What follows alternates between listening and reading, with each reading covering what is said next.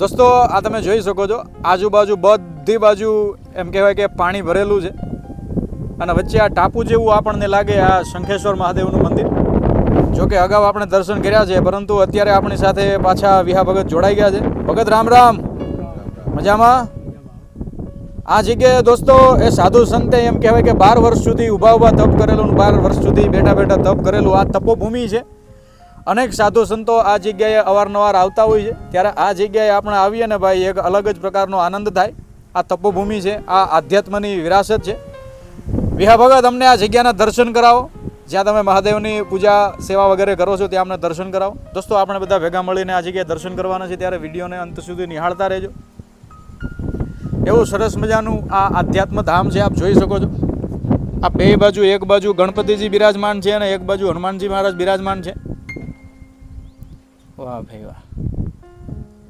આજે પવન સુસવાટા મારે છે ભાઈ. ચારેય બાજુ પાણીએથી ઘેરાયેલી આ જગ્યા, હળવદથી તદ્દન નજીક કોઈબા જતા વચ્ચે કોઈ પણને પૂછો ત્યારે બોલા ડુંગર કરીને આ આખો વિસ્તાર વખણાય છે. વાહ ભાઈ વાહ. આવો ભગત, તમે આગળ આવો. વાહ વાહ.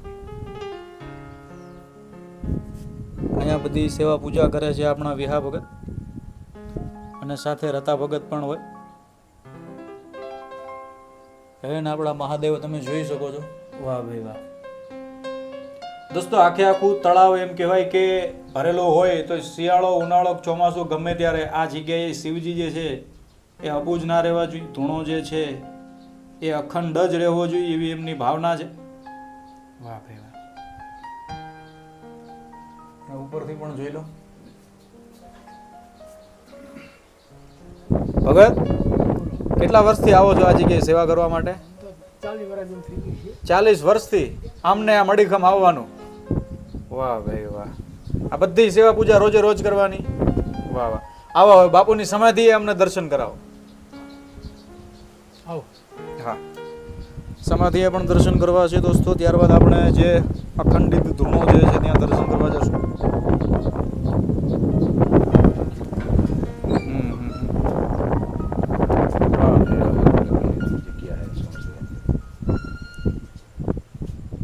દોસ્તો વાંચી શકો છો અહીંયા જે સંત મહાત્માએ તપ કરેલું, અહીંયા જે આ સાધુની જે સંતની તપોભૂમિ છે, આ બાપુનો ફોટો આપ જોઈ શકો છો. અહીંયા એમના ચરણારવિંદ પધરાવવામાં આવ્યા છે, એમની આ સમાધિ છે. આપણા વિહા ભગત છે, એમણે આ બાપુની ખૂબ સેવા કરેલી છે. આવી ગયું. હા, હવે ધૂણાના દર્શન કરાવો તો. વાહ ભાઈ વાહ.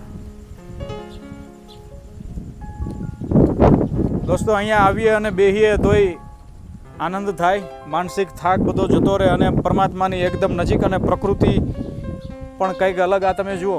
અને શિવજીનું સાનિધ્ય હોય ત્યાં બિલ્લીપત્ર જાણે અચૂક હોય. અહીંયા તમે જોઈ શકો છો બિલ્લીપત્રના વૃક્ષ.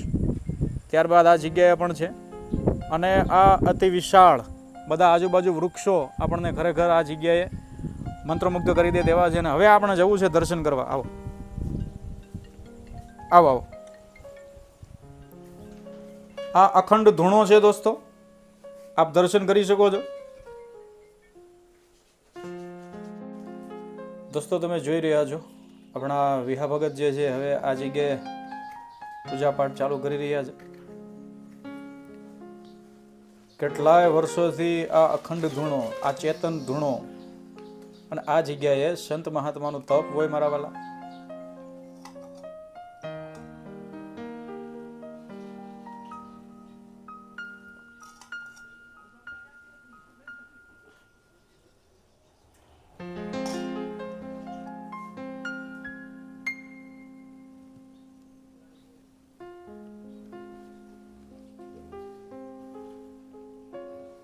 દોસ્તો કહેવાય ને કે સાધુ તેરો સંગડો ના છોડું મેરે લાલ, લાલ મેરા દિલ મેં સંતો લાગી વૈરાગી વાલા, જોયું મેં તો જાગી હોજી. દોસ્તો આગળ આપણે વિડીયોમાં જોયું અને અત્યારે આ જગ્યાએ તમે જોઈ શકો છો આ અખંડ ધૂણો, આ ચેતન ધૂણો. આપણા આ વિહા ભગત જે છે એ આપણી સાથે જોડાઈ ગયા છે. વિહા ભગત સૌપ્રથમ તમે પહેલા મને એમ કહો, અહીંયા તમે કેટલા વર્ષથી સેવા કરવા માટે આવો છો? 40 વર્ષ થાય છે.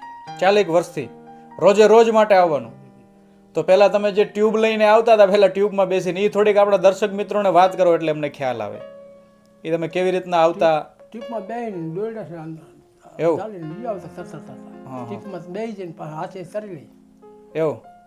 રોજે રોજ હું દોસ્તો અહીંયા જોઈ રહ્યો છું, છેલ્લી 4 કલાકથી તેઓ સતત પ્રવૃત્તિમય છે. રોજે રોજ આ વસ્તુ તમારે કરવાની? વાહ ભાઈ, અહીંયા જે બાપુ હતા બરાબર છે, એમણે જે તપ કર્યું એમના વિશે કંઈક કરવા મહાત્માજી હતા ને, હા હા હા, એમને હરીસિંહ ત્રીજી અહીં આયા, ત્રીજી એમના બે એવું? 20 વર્ષ રહ્યા, 22 વર્ષ આયા, 22 24 વર્ષ રહ્યા. હા હા હા, એ બીજા 7-8 વર્ષ થયા બરાબર. એમને ચાલુ જ છે. એના પહેલા હું આવતો. એવું? બાપુ હારે પછી સતત કાયમ આવતો. હા હા હા હા હા. દોસ્તો તમે જોઈ શકો, રહેતા હું આવતો કાયમ. એવું? હા દોસ્તો એ બાપુનો આપણે એમ કહેવાય કે આ જગ્યાએ ફોટો છે, આપ જોઈ શકો છો. આપણે અગાઉ સમાધિમાં પણ દર્શન કર્યા. અહીંયા એમનું રામસાગર છે અને સામે એ જોળી છે, તમે જોઈ શકો છો, અને લાકડીઓ પણ છે. જે બાપુએ કેટલા વર્ષ તપ કર્યું હતું અહીંયા? 12 વર્ષ ખડા પગે. 12 વર્ષ ખડા પગે તપ કર્યું. પછી બેઠા 12 વર્ષ બેઠા બેઠા તપ કર્યું. એ બાપુનો કોઈ એવો અનુભવ? બાપુ એવું એમને અહીંયા આવે નિમ લીધેલું હતું. 12 વર્ષ ખડા પગે કરીને જમાડી આ ફરતા ગામ જમાડ્યા એને. પછી એમનું વ્રત છૂટું થયું, પછી બેસા, પછી ફરી એકતા બધી. ત્યાં સુધી કોઈ આગળ માગવા નથી જ્યાં, કોઈ ટીકડી ઉછી ઉછીને કોઈ આગળ લાંબો હાથ નથી કર્યો, બધું ઓટોમેટિક આવી જતું બધું. તે અત્યારે તમે આટલું બધું પાણી હોય તો એ રોજે રોજ માટે તમારે આવવાનું જ ફરજિયાત. દોસ્તો તમે જોઈ શકો છો, આગળ આપણે વિડીયોમાં પણ જોયું કે કેવો બધો સંઘર્ષ કરીને તેઓ આ જગ્યાએ પૂજા કરવા માટે આવે છે. ટૂંકમાં ધૂણો જે છે એ ચેતન રહેવો જોઈએ, અને આપણા શિવ છે એ ક્યારે અપૂજ ન રહેવા જોઈએ. અપૂજ ન રહેવા જોઈએ, ધૂણો અખંડિત ન થવો જોઈએ. વાહ ભાઈ વાહ. દોસ્તો આપણે વિહા ભગતની પાસેથી આ વાતો સાંભળી, ત્યારબાદ અહીંયા રતા ભગત બિરાજમાન છે. આપણે એમને પણ એમની પાસેથી પણ ઘણી બધી વાતો સાંભળવી છે, જેઓ આ જગ્યા સાથે કંઈક વર્ષોથી જોડાયેલા છે. તો રતા ભગત, આ જગ્યા વિશે તમે કંઈક જણાવો અમારા દર્શક મિત્રોને, જેથી અમને વિશેષ ખ્યાલ આવે. બાપા તો અહીંયા બાપુ જ્યારે હતા શરૂઆતમાં આવ્યા તેથી બાપા એમના સંગાતે જ હતા. અને બાપુએ અને બાપાએ અહીંયા સતત તપ કર્યું. 40 વર્ષ થયા બાપુ અને બાપાને બેને સંગત તપ કરવામાં. પછી બાપાને ઘણા બધા અનુભવ પણ બાપુએ કરાયેલા. દેહ છોડ્યો પોતે ત્યારે પણ અનુભવ કરાયેલા. એકવાર આમ અમે બહાર ગયા હતા, અહીંયા પણ અનુભવ કરાયેલા. એટલે દેહ છોડ્યો એ અનુભવ મને જરાક કહો તમે. દેહ છોડ્યો એટલે બાપુ આમ તો હાજા જ હતા, અને જેથી એમને દેહ છોડવાનો હતો તેથી નકર અહીંયા બાપુ એક રહેતા રાત ને બાપા કાયમ ગામડે જતા રહેતા. એટલે પછી જે દિવસે દેહ છોડવાનો હતો તે દિવસે બાપાને કીધું કે તમારે આજે અહીંયા રાત રોકાવાનું છે. બરાબર. પછી અમે રાતે બધા બેહવા આવ્યા હતા, 2-3 જણા ગામના, અને પછી બાપા અહીંયા રોકાણા. અને બાપુ અને બાપા બે રોકાણા, અને પછી અમે રાતે મોડા ઘરે વહી ગયા. પછી મને કે હું એમના હારે આવતો જતો કાયમ, એટલે મને કે સવારે તું ટિફિન લેતો આવજે ને બાપુને આજ રાગે નથી એટલે કે દવાખાને જવું એમ. તો પછી મેં કીધું વાંધો નહીં. તે સવારે 6 વાગે બાપાનો મેં ફોન કર્યો. મેં કીધું હું આવું અને કંઈ લાવવાનું હોય તો મને કહો. તો મને કે અમે ચા મૂકી છે અને તું ઘરેથી ટિફિન લેતો આવજે. મેં કીધું વાંધો નહીં. પછી ચા બાપુએ પીધી, બાપાએ પીધી, અને છેલ્લી વાટકીમાં ચા, છેલ્લો ઘૂંટડો ચા એનો પી, અને પછી પ્રાણ બાપાના ખોરામાં બાપુએ પ્રાણ છોડ્યા. અને પછી બાપાએ તરત આસન વરાવી અને મને ફોન કર્યો. મને કે હવે તું હે ને તરત આવતો રહે, કે હવે ક્યાંય કંઈ લેવા રોકાવાનું નથી, બાપુને મજા નથી. મને કે તે હું હજી બાપુને અહીંયા આસન વરાવી અને જ્યાં બેઠા હતા હું આવ્યો. તો મેં કીધું બાપુ તો કીધું જીવે છે, તમે ખોટા ઓલું કરો. કદાચ બાપુને હકીકતે શરીરમાં પરસેવો વરે, ડોક્ટર પણ નક્કી નથી કરી શકતા કે આ દેહ છોડ્યો છે. પછી એવું લાગતું એટલે પછી અમે 108ને ફોન કર્યો. મેં કીધું આપણે ડૉક્ટરને બતાવવા પડે એમ. તો ડૉક્ટર તો કે પહેલાં તો કે કંઈ છે નહીં એમ, સમાધિમાં છે કે. પછી કીધું તમારે પાસે ઓલું મશીન કંઈ છે કે નહીં કીધું લાવવાનું. તો કે હા એ લાવ્યા. પછી મશીન લાવીને જોયું તો કે બાપુએ પ્રાણ છોડી દીધા છે. પછી બાપુને હોરસી ભંડારો કર્યો, બાપુને જે કંઈ થતી ક્રિયા કરી, બધા સાધુને તેડાયા. પછી જુનાગઢથી બધા સાધુઓ આવ્યા ને અહીંયા હોરસી ભંડારો કર્યો. તા ભગત, હાજી. આ બાપુની એમ કહેવાય કે તપોભૂમિ છે. હા. તો એ બાપુની આ જે પ્રસાદીભૂત બધી વસ્તુઓ છે, બરાબર છે, એના અમને દર્શન કરાવો. આ બાપુનો રામસાગર છે. પછી આ જે ઓલી બાપુની ઓલી છે જોલી છે અને ઓલો ગેડિયો છે. આ બધી બાપુની અહીંયા બાપુનું આસન હતું.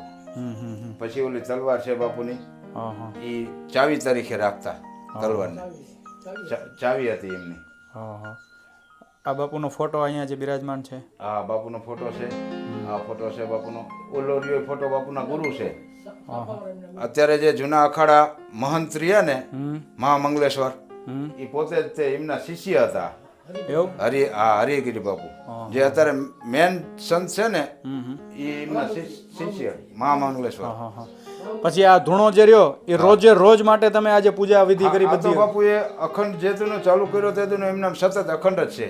બાપુ સમય ગયા તે પછી આ બાપાએ આ ધૂણાને સંભાળે. પણ હજી સુધી કોઈ દી એવો દાખલો નથી બન્યો. ક્યારેક કદાચ જ્યાં હોય ક્યાંય આ તે હોય તો મને કે આ તે કરીને, પણ ટૂંકમાં હજી અખંડ એમના સતત અખંડ. તમે એટલો વરસાદ આવે તો બધી બાજુ પાણી ભર્યું હોય તોય? હા, તોય પણ આવે. ઓમ નમો નારાયણ. ઓમ ગુરુજી દેવજી દત્તજી અલખજી સ્વામીજી. ઓમ ગુરુજી દેવજી દત્તજી અલખજી. ઓમ ગુરુજી દેવજી દત્તજી. ઓમ ગુરુજી દેવજી દત્તજી અલખજી. ઓમ